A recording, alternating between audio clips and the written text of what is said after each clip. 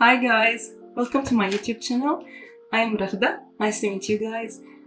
This is my first YouTube video ever, so it's kind of weird talking to a camera. But I'm doing this for you guys and I hope this finds you well and helps you out. Before I get right into the video, I just want to say that I'm going to speak fully English in this video because I assume that anyone who is applying for this scholarship does know English. So in order to apply for this scholarship, you have to know English. As you can see from the YouTube video title, I filled my interview round, which is fine. It's fine because I am here to tell you what I did and just to keep you aware of what to wear during the interview, how confident you should look, and what kind of questions they actually ask me. So I think all of this would really help you out.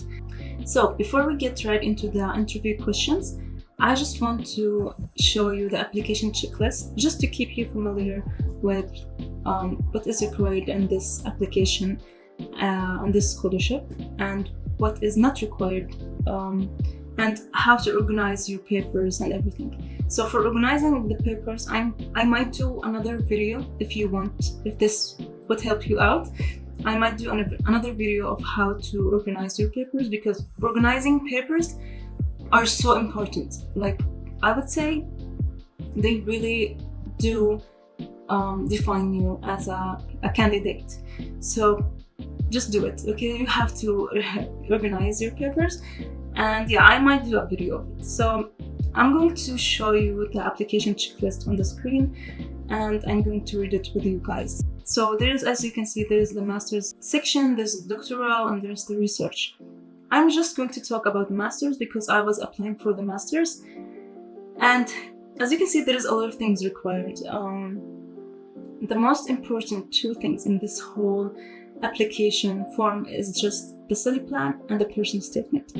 They are mad important. You guys have to write it in a, I wouldn't say write it in a perfect way, but I would say just, because perfect isn't they want people to apply for it. So if you write it in a perfect way and in a really hard English language, this might just not be good for you. So you have just to write it in a good way. Just use a lot of empathy, not too much. If you use it a lot, this would be bad for you, but you have to use it a little bit. Just put in mind, use empathy in both study plan and personal statement. But I would say just keep it in the personal statement, and the study plan, just write everything you would do to, develop your Korean language and what will you do during studying there in Korea and everything. So if you want me to talk about the study plan and the personal statement and to read for you guys my study plan and the personal statement, I would love to. So just tell me in the comments down below if you want me to make a video about organizing the papers and a video about the personal statement and the study plan. As you can see, there is the optional. So the optionals are really down there, okay? So I would say if you have any papers that you can apply from the optional, just do it. Just apply anything if you have it. So applicant's passport, yeah, copy that and apply it because it's easy. And for the certificates, like the English certificate or let's say the topic, if you have it, of course you have to apply it. For me, I actually did not have IELTS nor TOEFL, and I applied for it and I passed the first round. So I mean, it's really possible for you guys to pass the first round and to pass the interview as well. So you can do it. So yeah, I just wanted you guys to be familiar with the application checklist. I hope this helped you out. And yeah, let's get right into the interview questions. Okay, so I forgot to record this and I'm now recording from my phone. I just want to tell you guys, if you want to wear something to the interview, just wear something formal. Try to look serious. For both genders, I would recommend you guys to wear a blazer and any kind of color, it doesn't matter. And for the pants, just wear something fabric, or if you want to wear a jeans on it, wear it, but I would recommend fabric because it does make you look more formal and more serious. Let's continue the video. Okay, so I have the questions they asked me on my phone. I'm going to read everything for you guys. Yeah, so the first question, there were 4 questions they asked me. Some people get 4 questions, some people get like 6 questions, some people get like 7 questions, so it's different from person to another. If you get like a little questions like me, it doesn't like it's not bad, you know what I mean? So they just ask what they want to know.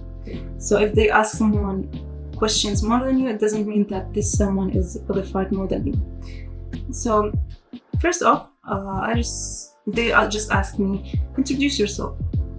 The first tip I would give you guys is to keep it short, but yeah, say everything you can say. You know what I mean? Just do not make it boring. Do not make them feel bored. Speak about yourself, talk about yourself, but just keep it really short. And yeah, this is my first tip. My second tip is be confident. Just be really confident that this scholarship is going to be for you. You are the candidate who is going to have the scholarship.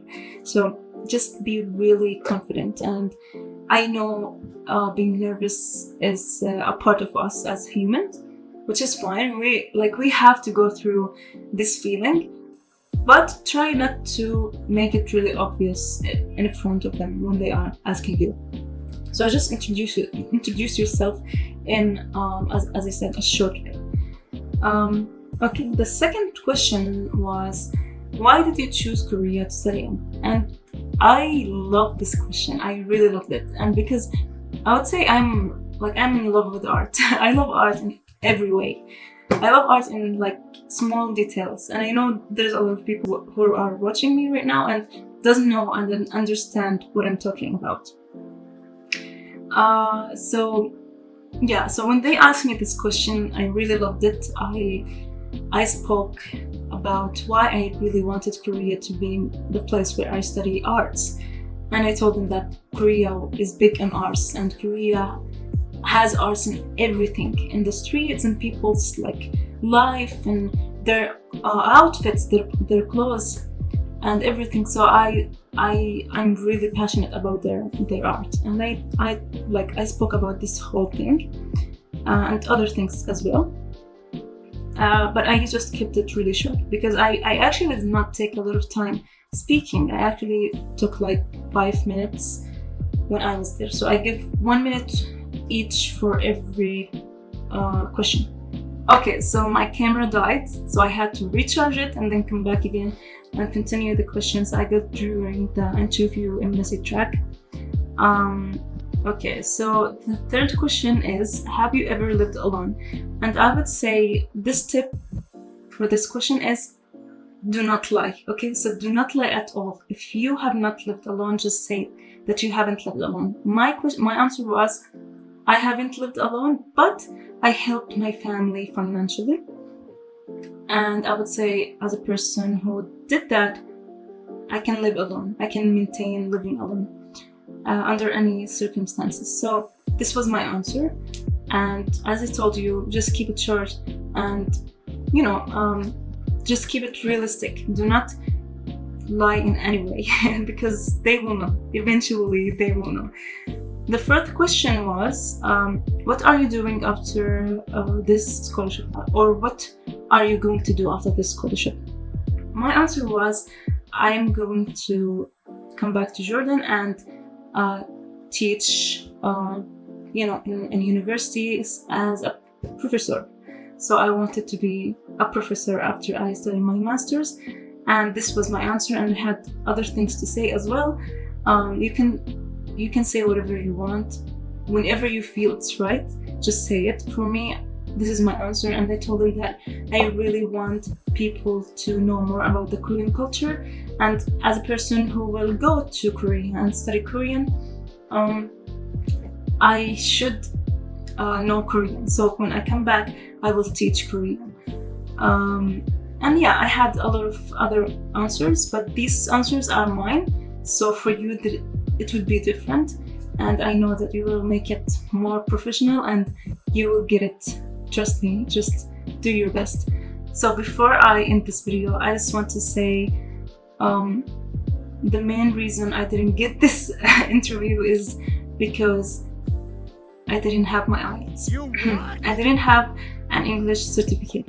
I know that the GKS Scholarship does not require to have English certificate, but IELTS does give you more points. So if you have topic or you have IELTS, your points would be higher, and you, as a candidate, you will, get selected more. So yeah, so if you can get your IELTS, just get it.